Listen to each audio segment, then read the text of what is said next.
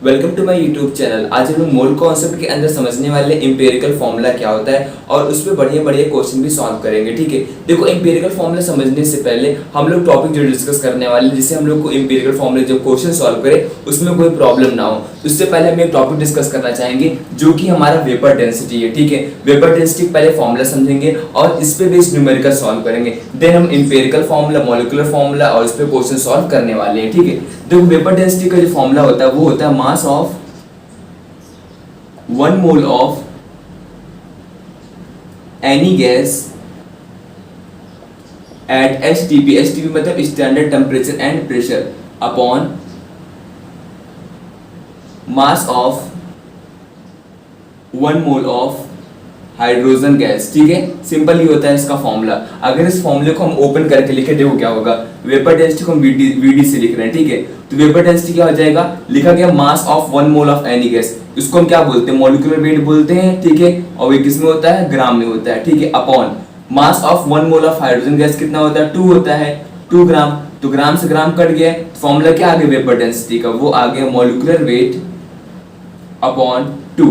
तो ये क्या हो गया, ये होता है फॉर्मूला वेपर डेंसिटी का। तो वेपर डेंसिटी क्या होता है, मॉलिक्यूलर मास या मॉलिक्यूलर वेट अपॉन 2 को हम बोलते हैं ये। ठीक है, अगर मान लो मुझे निकालना होगा मॉलिक्यूलर मास या मॉलिक्यूलर वेट, कैसे निकालेंगे, तो 2 को हम लोग वेपर डेंसिटी से मल्टीप्लाई कर देंगे, तो ये आ जाएगा हमारा मॉलिक्यूलर मास की मॉलिक्यूलर मास कितना होगा वहां पे। ठीक है, चलो अब इसी कॉन्सेप्ट पर बेस्ड कर एक क्वेश्चन सॉल्व करते हैं कि क्वेश्चन कैसे इस पे आ सकता है। ठीक है, देखो वैसे इसका तो डायरेक्ट क्वेश्चन आ भी सकता है और इनडायरेक्ट क्वेश्चन भी आ सकता है। आप लोग को हम दिखाते हैं कैसे इनडायरेक्ट क्वेश्चन इस पे पूछा जाता है। ठीक है, एक क्वेश्चन है हमारे पास, उसको पहले हम नोट करते हैं। Vapour density of a mixture, लिखते क्वेश्चन वेपर डेंसिटी। ठीक है, वीडी लिख दे रहे हैं, VD of vapour density of mixture containing क्या क्या पाया जा रहा है वहां पे, कंटेनिंग NO2 एंड NO2 है और N2O4 है। क्या है, NO2 और N2O4 है, is 38.3 at 27 degree Celsius. Calculate mole of NO2 in 10 mole mixture. समझ रहे हो क्वेश्चन में क्या कर रहा है, यहाँ पे देखो वेपर डेंसिटी मिक्सचर का दे रखा है। ठीक है, जहां पर NO2 और N2O4 का मिक्सचर है और वेपर डेंसिटी कितनी है, 38.3 है। ठीक है, और ये कब है, 27 डिग्री सेल्सियस पे। कैलकुलेट करना है मोल, किसका मोल कैलकुलेट करना है, NO2 का मोल कैलकुलेट करना है, 10 ml मिक्सचर में कितना होगा। ठीक है, क्वेश्चन समझ में आया, देखो वेपर डेंसिटी दे रखा गया 38.3 और मिक्सचर की बात की जा रहा है। ठीक है, मोल पूछा गया 10 मोल में कितना मोल NO2 का होगा अगर वेपर डेंसिटी 38.5 है। अच्छा, क्या वेपर डेंसिटी से हम लोग मॉलिक्यूलर वेट निकाल सकते हैं, दोनों को मिलाकर कितना आएगा, देखो मॉलिक्यूलर वेट इक्वल्स टू कितना होता है, अभी हम लोगों ने जस्ट पढ़ा, molecular weight equals to 2 into vapour density. क्या होता है, 2 इनटू वेपर डेंसिटी। अगर मिक्सचर की बात की जाए तो यहाँ पे मिक्सचर का निकल करके ए आएगा। ठीक है, चलो वेपर डेंसिटी कितनी, 38.3, तो मॉलिक्यूलर वेट कितना आ जाएगा पूरे मिक्सचर का, मतलब NO2 और N2O4 का मिक्सचर का आएगा। ठीक है, 2 मल्टीप्लाई बाई 38.3, सॉल्व करो कितना आ जाएगा, 2 3 जा 6, 2 8 जा 16, यहाँ पे आ जाएगा 76.6। ये आ गया हमारा मॉलिक्यूलर वेट मिक्सचर का। ठीक है, अब देखो क्वेश्चन में क्या है, क्वेश्चन में मोल कैलकुलेट करना है NO2 का। ठीक है, इन 10 मोल मिक्सचर, मोल का मिक्सचर दे रखा इतना होगा। अच्छा, आप लोग को याद होगा, अगर हमने पढ़ा रखा है कि अगर हम बात करते हैं किसी भी मॉलिक्यूलर मास की, ठीक है, मॉलिक्यूलर वेट की बात करते हैं, मॉलिक्यूलर वेट की बात करते हैं वो भी किसी भी मिक्सचर की, तो उसका फॉर्मूला हमने क्या बता रखा है, देखो मॉलिक्यूलर वेट कैसे निकालते हैं, हम लोग पढ़े ना, N equals to the given mass upon molecular weight या मॉलिक्यूलर मास। तो मॉलिक्यूलर मास इक्वल्स टू कितना हो जाएगा, गिवन मास और यह मोल आ जाएगा। ठीक है, इस तरीके से हम लोग क्या कर सकते हैं, किसी भी मोल का मिक्सचर अगर हमको दिया गया है तो यहाँ से हम आसानी से सॉल्व कर सकते हैं मॉलिक्यूलर वेट एवरेज निकाल करके। एवरेज का फॉर्मूला क्या होता है, M1 N1 plus M2 N2 upon N1 plus N2। ठीक है, ये होता है इसका फॉर्मूला। ठीक है, अब देखना जरा, M1 का मोल तो मुझे दिया नहीं गया है, M1 प्लस M2 दे रखा गया है 10, तो क्या हम इसको ऐसे लिख सकते हैं, मान लेते हैं हमारे पास M1x हो गया। ठीक है, अब N1 कितना दे रखा गया, N2 कितना दे रखा गया, ये बताना है। ठीक है, देखो N1 और N2 क्या है, ये तो मोल दिए गए ना। अब देखो इसका अमाउंट हम क्या ले रहे हैं, एक का x ले रहे हैं, देखो यहाँ पे एक x हो गया और दोनों का बोला गया मिक्सचर कितना मोल के बराबर है, 10 मोल के बराबर है, तो 10 मोल के बराबर दूसरा कितना हो जाएगा, 10 माइनस x हो जाएगा। ठीक है, अब देखो ये NO2 है, NO2 का जरा बताना मास कितना आएगा, एक सेकंड, NO2 का निकालना है, कितना आ जाएगा, ये हो जाएगा 16 2 32 हो जाएगा, और ये कितना हो जाएगा 14 हो जाएगा, ठीक है। तो 6 आ गया, 314 कितना निकल के आया NO2 का, 46 निकल के आ गया। तो क्या हम x इंटू 46 यहाँ पे ले सकते हैं, और प्लस यहाँ पे कितना हो जाएगा 10 माइनस x हो जाएगा, और मल्टीप्लाई बाय मॉलिक्यूलर मास कितना आ जाएगा N2O4 का, इसका डबल होगा क्योंकि देखो NO2 को 2 से मल्टीप्लाई कर N2O4 आएगा, इसका डबल कितना हो जाएगा 6 6 12 92 हो जाएगा, कितना आ जाएगा ये 92 आ जाएगा, अपॉन कितना हो जाएगा नीचे 46 और प्लस यहाँ पे कर देंगे 92। तो यहाँ से हमारा आसानी से x निकल करके आ जाएगा बेसिक मैथमेटिक्स से, ठीक है। देखो हमारा x जो निकल करके आएगा वो आएगा 3.34, तो ये हो जाएगा हमारा आंसर, ठीक है। इसके क्योंकि हमको यहाँ पर NO2 की बात की गई थी, NO2 का मोल कितना होगा 3.34 होगा। अगर मान लो मुझे इसका निकालना है दूसरे वाले का, इसको हम लोग 10 से माइनस कर देंगे, ठीक है। इस तरीके से इस क्वेश्चन को सॉल्व किया जाएगा। तो हमने बोला ना वेपर डेंसिटी के जो क्वेश्चन अक्सर आते हैं वो आते हैं मिक्स करके, मतलब थोड़ा सा इनडायरेक्ट पूछा जाता है जहाँ पर इसका यूज किया गया है, ठीक है। देखो इसका यूज किया गया वेपर डेंसिटी का। चलो आगे बढ़ते हैं, नेक्स्ट क्वेश्चन सॉल्व करते हैं।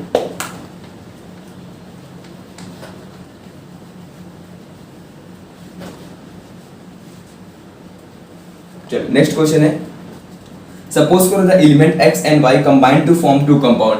कह रहा है सपोज करना है आप लोग को एक एलिमेंट x और y है, ये दोनों कंबाइन करके दो फॉर्मूला बना रहे हैं, एक xy2 बना रहे हैं और एक बना रहे हैं x3y2 बना रहे हैं, ठीक है।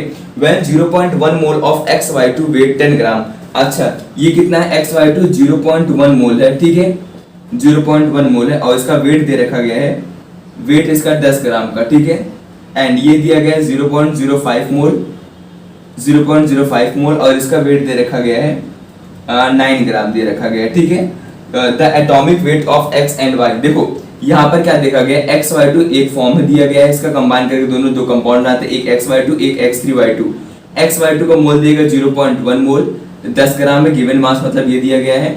अब ये दिया गया है 0.05 मोल x3y2 का है, अब ये कितना है हमारे पास 9 ग्राम है। जरा आप लोग खुद ही बताना इस क्वेश्चन को कैसे सॉल्व किया जाए। देखो ऐसे क्वेश्चन सॉल्व करना बहुत आसान होता है, ठीक है। आप लोग से पूछा गया x और y का एटॉमिक वेट बताओ। जरा पहले वाले अगर हम इसकी बात करते हैं xy2 कैसे बना है, x प्लस 2y से बना है, और यहाँ पे कितना है 0.1 मोल है 10 ग्राम, ठीक है। मतलब फॉर्मूला क्या होता है मोल का, गिवन मास अपॉन मॉलिक्यूलर मास होता है। तो लगाने जरा यहाँ पे मुझे मॉलिक्यूलर मास निकालना है, ठीक है। इसका मॉलिक्यूलर मास कितना आएगा, तो मॉलिक्यूलर मास का फॉर्मूला कितना हो जाएगा, given mass upon mole. Given mass कितना दिया गया 10 ग्राम, और मोल कितना है 0.1, ये कितना हो जाएगा, ये हो जाएगा हमारा 100 के बराबर, ठीक है। यही फॉर्मूला से हम दूसरे वाले में लगाएंगे। गिवन मास कितना दिया गया 9 ग्राम दिया गया है, मोल कितना दिया गया 0.05 दे रखा गया, ठीक है। तो यहाँ पे आ जाएगा 9 अपॉन, यहाँ नीचे 5 करेंगे, ऊपर डबल जीरो जाएगा, ठीक है। इसको सॉल्व करें कितना हो जाएगा 5 1 5, यहाँ पे आ गया 4 5 8 40, तो 180 आ गया, ठीक है। तो हम इसको लिखेंगे, ये हो जाएगा 100 के इक्वल। इसको ओपन कर दो, कैसे लिखोगे 3x और प्लस 2y कितना बराबर होगा 180 के बराबर होगा। आई होप आप लोगों को समझ में आ रहा है। इसको हम ऐसे ले सकते हैं और इसको ऐसे ले सकते हैं। अब हमारे दो इक्वेशन रेडी, पहले ये हो गए और दूसरी हो गई। ये बहुत आसान है, आप लोग आसानी से मैथमेटिक्स बेसिक मैथमेटिक्स का यूज करके x और y को कैलकुलेट कर सकते हो, ठीक है। जब आप लोग कैलकुलेट करोगे x आ जाएगा आप लोग का 40, मेरे पास आंसर है, y इक्वल्स आ जाएगा 30। इस तरीके से इसको हम लोग सॉल्व करने पर आंसर ले आएंगे। एक बार क्वेश्चन को फिर समझते हैं। हमारे पास बोला गया दो एलिमेंट, एक x है और एक y है, दोनों इस तरीके से कंबाइन होते हैं। एक फॉर्मूला बनता है xy2 और दूसरा बनता है x3y2। इसकी ये कितना है 0.1 मोल है 10 ग्राम में, और ये कितना है 0.05 मोल है 9 ग्राम, ठीक है। तो बोला गया है कि बताओ एटॉमिक मास क्या होगा x और y का, x और y का एटॉमिक मास क्या होगा। तो यहाँ पे देखो ये बना कैसे है, x और 2y से मिलकर के बना हुआ है। दोनों का सम किसके बराबर होगा, मॉलिक्यूलर मास के बराबर होगा। तो मॉलिक्यूलर मास निकालने के लिए देखो इंफॉर्मेशन क्या, मोल और गिवन मास दे रखा है। हम लोग को पता है mole equals to given mass upon molecular mass. तो मॉलिक्यूलर मास उधर भेजेंगे, क्या हो जाएगा गिवन मास अपॉन मोल हो जाएगा। तो ये कितना आ गया 100 आ गया, तो इसका सम भी 100 के बराबर होगा। वही चीज हमने दूसरे वाले के लिए भी किया है। इसको हमने लिख दिया 3x प्लस 2y जो कि किसके इक्वल होगा 180। 180 कैसे आ गया, देखो यहाँ पे जरा 9 हो गया, यहाँ पे 0.05, तो 2 पॉइंट नीचे था, ऊपर हमने भेजा 0 लग गया, तो कटने के बाद आ गया 180। तो हमने इसको 180 के इक्वल कर दिया। अब ये दोनों बन गए इक्वेशन, दोनों इक्वेशन को सॉल्व करेंगे, x हमारा आ गया 40 और y आ जाएगा 30। इस तरीके से ऐसे क्वेश्चन को सॉल्व किया जाएगा। P हो गया हमारा वेपर डेंसिटी। अब आगे बढ़ते हैं हम लोग empirical formula. Empirical formula start करने से पहले एक और चीज आप डिस्कस करेंगे, मास परसेंटेज के बारे में, ठीक है।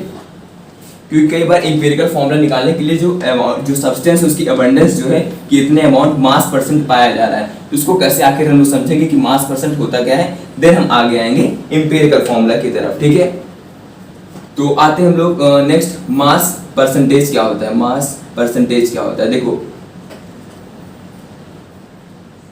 जिसका बात करें मास परसेंटेज, उसका लिखेंगे मतलब mass of substance upon total mass लिखते हैं और मल्टीप्लाई कर देते हैं इसको 100 से, इसको हम बोलते हैं मास परसेंटेज। मास परसेंटेज मतलब जिसका पूछा गया ऊपर लिखेंगे मास ऑफ सब्सटेंस और यहाँ क्या लिखेंगे टोटल मास। टोटल मास लिखते हैं या फिर लिख देते हैं यहाँ पे मॉलिक्यूलर वेट। ठीक है, मॉलिक्यूलर वेट लिखेंगे ऑफ कंपाउंड, बात वही टोटल मास ऐसे ही निकलता है, मॉलिक्यूलर वेट ऑफ कंपाउंड। तो टोटल मास ऊपर रहेगा, मॉलिक्यूलर वेट ऑफ कंपाउंड नीचे रहेगा, उसको 100 से मल्टीप्लाई कर देंगे। इस तरीके से हमारा क्या होता है, मास परसेंटेज निकल करके आता है। ठीक है, चलो इसी पर एक क्वेश्चन देते हैं करने के लिए, आप लोग बताइएगा उसका आंसर क्या होगा।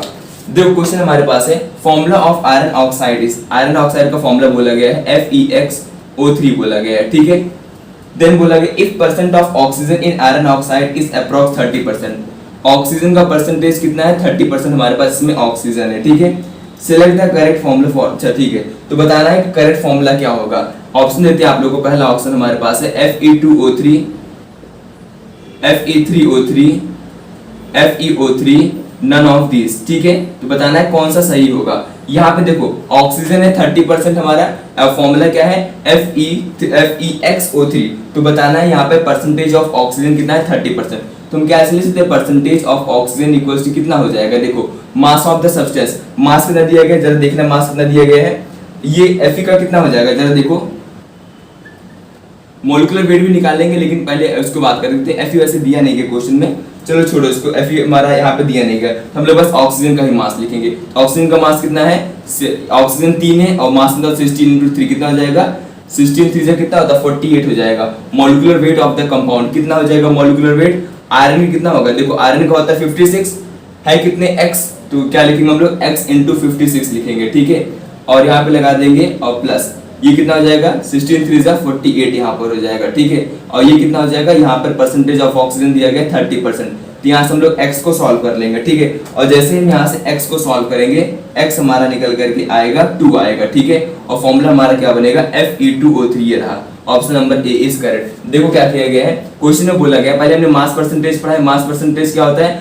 मास of the substance upon molecular weight of the compound multiply by 100। अब देखो फॉर्मूला क्या था FeXO3, जहां पर ऑक्सीजन दिया गया था, ऑक्सीजन 30% प्रेजेंट है, तो हम लगाएंगे ऑक्सीजन का परसेंटेज कितना है 30% इक्वल्स क्या हो जाएगा, mass of substance, mass of substance मतलब क्या है ऑक्सीजन है, तो ऑक्सीजन कितना हो जाएगा 16 × 3 अपॉन नीचे क्या बचेगा molecular weight of compound, compound का मॉलिक्यूलर वेट कितना होगा, आयरन को होता है 56 लेकिन x अमाउंट पता नहीं कितना होगा, तो हमने लिख दिया x × 56, ऑक्सीजन हो गया 48, तो सॉल्व करेंगे x कितना आ गया हमारे पास 2 निकल करके आ गया, कितना आ गया 2 आ गया, तो यहाँ से फॉर्मूला क्या बन गया, फॉर्मूला बन गया हमारा Fe2O3, ये आ गया हमारा इसका फॉर्मूला। ठीक है, आई होप आप लोग को यहाँ तक क्लियर हो गया। अब हम लोग बेसिकली यहाँ पे स्टार्ट करने वाले हैं इंपेरिकल फॉर्मूला, कि इंपेरिकल फॉर्मूला के क्वेश्चन को कैसे सॉल्व किया जाता है। तो स्टार्ट करते हैं हम लोग इंपेरिकल फॉर्मूला। देखो इंपेरिकल फॉर्मूला पहले डिफिनेशन देखते हैं क्या होता है, उससे सब कुछ क्लियर हो जाएगा। इसका मतलब होता है simplest molar ratio, simplest molar ratio of whole numbers. ठीक है, होल नंबर के फॉर्म में सिंपलेस्ट मोलर रेशियो जो होता है उसको हम क्या बोलते हैं एम्पिरिकल फॉर्मूला। हमने क्या बोला सिंपलेस्ट फॉर्म जो होता है, ठीक है, सिंपलेस्ट फॉर्म किसी भी एटम के मोलर रेशियो को हम लोग क्या बोलते हैं एम्पिरिकल फॉर्मूला। जैसे एग्जांपल के लिए हमने क्या ले लिया 2 ग्राम हाइड्रोजन ले लिया और यहाँ पर हमने ले लिया मान लो ऑक्सीजन, ऑक्सीजन ले लिया हमने 16 ग्राम हमने ले लिया ऑक्सीजन। अब बोला हमने कहा कि इसका एम्पिरिकल फॉर्मूला बताओ क्या बनेगा, कैसे निकालेंगे, हमने क्या बोला होल नंबर का simplest molar ratio, whole number का सिंपलेस्ट मोलर रेशियो। ठीक है, तो सिंपलेस्ट मोलर रेशियो के इसका पहले मोल निकालेंगे, तो मोल क्या होता है गिवन मास 2 ग्राम है, मोलिकुलर मास कितना होता है 1 होता है, कितना आ गया ये 2 आ गया। ठीक है, ये कितना आ जाएगा 16, मोलिकुलर मास होता है 16, ये कट जाएगा कितना आ गया 1 आ गया, तो रेशियो क्या आ गया 2:1, मतलब फॉर्मूला क्या बन गया H2O बन गया। ठीक है, ये क्या कहलाएगा, इसको हम बोलेंगे एम्पिरिकल फॉर्मूला, क्या बोलेंगे एम्पिरिकल फॉर्मूला बोलेंगे। ठीक है, चलो इसी को हम लोग डिस्कस कर लेते हैं। मॉलिक्यूलर फॉर्मूला आखिर क्या होता है, मॉलिक्यूलर फॉर्मूला क्या होता है, मॉलिक्यूलर फॉर्मूला क्या होता है actual simplest molar ratio, actual simplest molar ratio, मतलब एक्चुअल फॉर्म में किस फॉर्म में एग्जिस्ट कर रहा है उसका जो मोलर रेशियो आता है उसको हम क्या बोलते हैं, मॉलिक्यूलर फॉर्मूला बोलते हैं। ठीक है, अगर हम इसका मास निकालते हैं किसी भी मॉलिक्यूलर फॉर्मूला का, जैसे एग्जांपल समझाते हैं, उसको हम बोलते हैं मॉलिक्यूलर मास। ठीक है, मॉलिक्यूलर मास। अगर इंपेरिकल फॉर्मूले का मास निकालते हैं उसको बोलते हैं इंपेरिकल मास। जैसे मान लो हमने लिखा C6H6, इसको हम क्या बोलते हैं, इसको हम बोलते हैं बेंजीन। ठीक है, तो ये क्या कहलाएगा, ये एक्चुअल फॉर्म है, इसी फॉर्म में एग्जिस्ट करता है, इसको हम बोलेंगे ये मॉलिक्यूलर फॉर्मूला है। ठीक है, अच्छा इसका मास कितना आएगा, 12 × 6 कर देंगे और प्लस क्या कर देंगे 6, 12 6 72 और प्लस यहाँ पे आ जाएगा 6, कितना आ जाएगा 78। ये क्या निकल के आया है, ये आया है मॉलिक्यूलर मास। क्या निकल के आया है, ये मॉलिक्यूलर मास निकल के आया है। ठीक है, ध्यान से इसको हम लोग समझेंगे। ठीक है, अब जरा देखना है यहाँ पे, आगे बढ़ते हैं क्वेश्चन में। अब यहाँ पे देखो, अगर मान लो हमने लिखा CH, इसका सिंपलेस्ट फॉर्म कैसा होगा, 6 से डिवाइड कर दें तो क्या आ गया CH। ये क्या है, ये इसका इंपेरिकल फॉर्मूला है, इंपेरिकल फॉर्मूला। इसलिए लिखा आपने क्या लिखा है, सिंपलेस्ट मोलर रेशियो, सबसे ज्यादा सिंपलेस्ट मोलर रेशियो ये होगा, CH होगा। इसका मास कितना आ जाएगा, 12 आ जाएगा और प्लस 1 कितना आ जाएगा, ये 13 आ जाएगा। 13 क्या है इसका ये इंपेरिकल मास है। ये क्या है, इंपेरिकल मास है, इंपेरिकल, ये इसका इंपेरिकल मास है। ठीक है, और दोनों को डिवाइड करके एक नंबर मिलता है। देखो इसी पे एक फॉर्मूला बना होगा, आप लोगों को पता होगा, n equals to mass of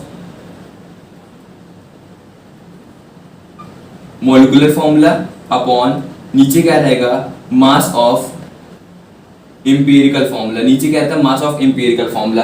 अच्छा, मास ऑफ मॉलिक्यूलर फॉर्मूला क्या होगा, देखो निकल के आया 78 और इसका कितना आ जाएगा, मास ऑफ इंपेरिकल फॉर्मूला 30 निकल के आया और 13 6 कितना होता है, 78 होता है। ठीक है, तो यहाँ से क्या बात क्लियर होती है कि n की वैल्यू कितनी आ गई, n की वैल्यू क्या आएगी, 6 आएगी। पॉइंट में नहीं आएगी, डेसिमल में नहीं आएगी, फ्रैक्शन में नहीं आएगी, ऐसा नहीं होता। ठीक है, इसकी वैल्यू फ्रैक्शन में नहीं आती है ना डेसिमल में आती है, कोई होल नंबर के फॉर्म में रहेगी। 1 हो गया, 2 हो गया, 3 हो गया, 4 हो गया, 5 हो गया, ऐसे ही नंबर यहाँ पर इसके रहेंगे। ठीक है, ये बात आप लोग को बिल्कुल याद रखनी है। तो समझ में आया क्या होता है ये। अब एक और एग्जाम्पल लेते हैं, मान लो हमने लिए H2O2, ये क्या कहलाएगा, ये कहलाएगा मॉलिक्यूलर फॉर्मूला, क्योंकि इसका और सिंपल लिखा जा सकता है। ठीक है, ये एक्चुअल फॉर्म में हाइड्रोजन परऑक्साइड H2O2, इसका सिंपलेस्ट फॉर्म क्या होगा, HO होगा। ये क्या कहलाएगा, इसको हम बोलेंगे इंपेरिकल फॉर्मूला। क्या बोलेंगे, इंपेरिकल फॉर्मूला बोलेंगे। अच्छा चलो देखो, इसमें अगर 2 से मल्टीप्लाई कर देंगे तो ये बन जाएगा। चलो फॉर्मूला लगा देते हैं। फॉर्मूला क्या होता है, n equals to mass of molecular formula upon mass of empirical formula. Molecular formula का मास कितना है, देखो जरा 2 प्लस कितना हो जाएगा, 16 2 से 32 हो जाएगा। कितना आ गया, ये 34 आ गया। यहाँ पर देखो कितना आ जाएगा, यहाँ पे इसका आ जाएगा 1, इसका आ जाएगा 16, कितना आ गया, ये 17। तो यहाँ हो जाएगा 34 अपॉन नीचे आ जाएगा 17, 17 2 जा कितना होता है 34। देखो n इक्वल्स टू आ रहा है। ऐसे हम लोग मतलब कैलकुलेट करते हैं कि किस तरीके से क्वेश्चन आता है। बेसिक बिल्कुल हमने बता दिया। इंपेरिकल फॉर्मूला क्या होता है, सिंपलेस्ट मोलर रेशियो होता है। क्या होता है, empirical formula is the simplest molar ratio. Simplest बोले या फिर यहाँ पे simplest minimum molar ratio, minimum molar ratio कहलाता है। ठीक है, और एक्चुअल जो सिंपलेस्ट मोलर रेशियो होता है उसको हम क्या बोलते हैं, मॉलिक्यूलर फॉर्मूला। इंपेरिकल फॉर्मूला का जो मास आता है उसको बोलते हैं इंपेरिकल मास, मॉलिक्यूलर फॉर्मूला का जो मास आता है उसको बोलते हैं मॉलिक्यूलर मास। दोनों के बीच का रिलेशन क्या है, n equals to molecular mass upon empirical mass. ये आप लोग को बिल्कुल अच्छे से दिमाग में बैठा करके रखना है। चलो अब इस पे क्वेश्चन सॉल्व करते हैं और देखते हैं कैसे कैसे क्वेश्चन इस पे बन सकते हैं। ठीक है,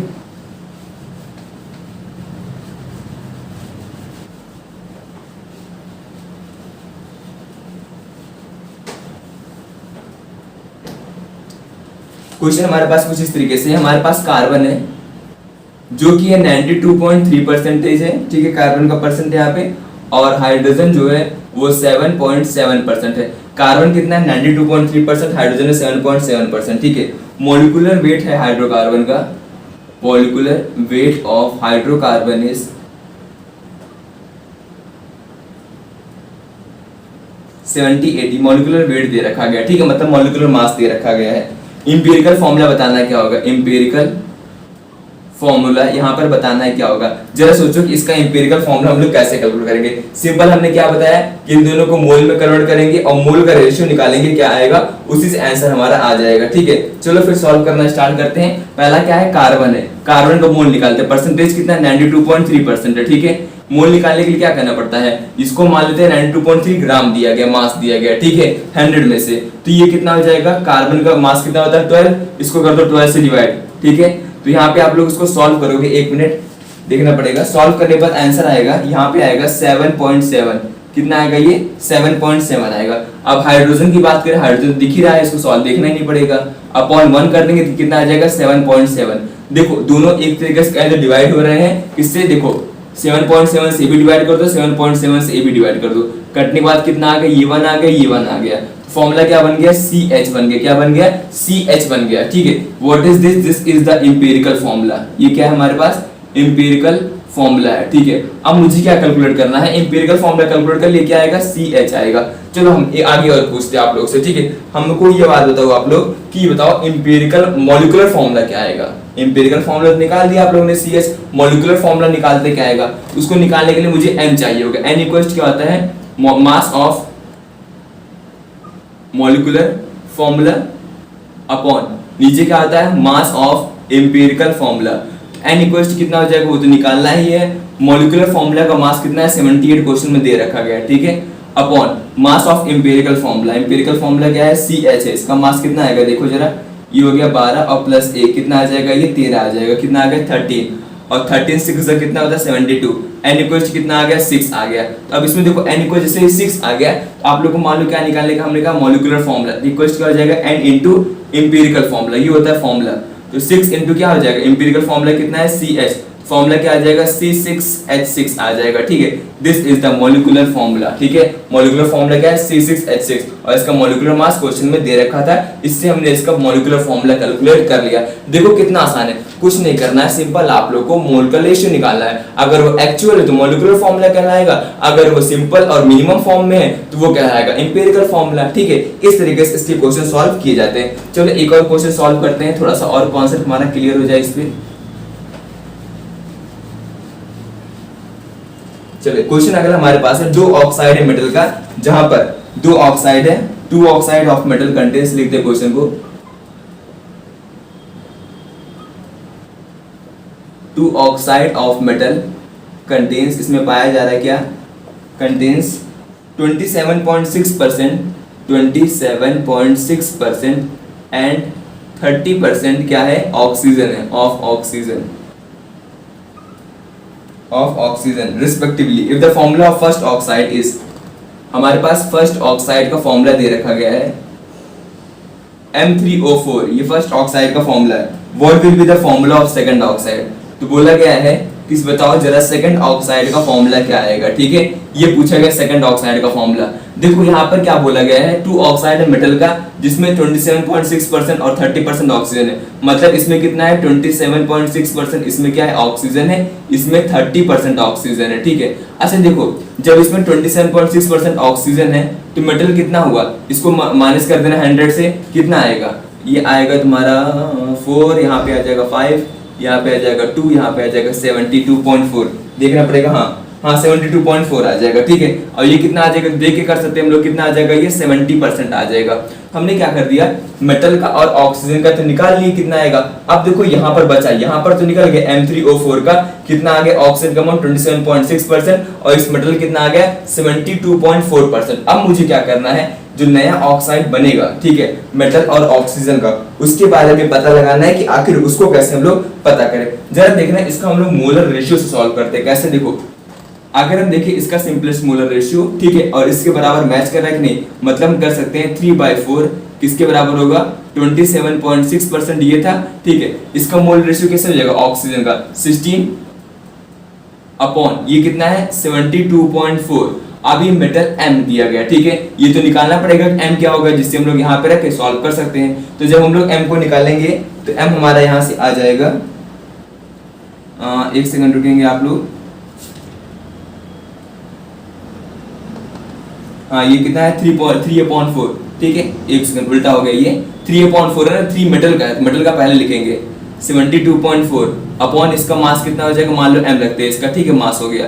अब ये कितना है 27.6 अपॉन 16, तो यहाँ सॉल्व करेंगे M हमारा आएगा 56, M कितना आ गया 56। तो यहाँ से बात क्लियर होती है, जो M है हमारा वो कौन सा Fe है, मतलब कि आयरन की बात यहाँ पर की जा रही है। अब कुछ नहीं करना है, सिंपल इन दोनों का रेशियो निकालेंगे जो कि इसके बराबर आएगा। ठीक है, कैसे निकालेंगे, देखो ये 30 है, ठीक है, ये ऑक्सीजन है, पहले मेटल का लिखेंगे। ठीक है, मेटल कितना है 70 है, मॉलिक्यूलर मास कितना है 56, ये इसका मोल आ गया। इसका मोल कितना हो जाएगा, इसका मोल कितना हो जाएगा 30 अपॉन ऑक्सीजन कितना होता है 16। इसको हम लोग जब सॉल्व करेंगे तो सिंपल मोलर रेशियो हमारा आएगा 1:1.5। क्या आएगा 1:1.5।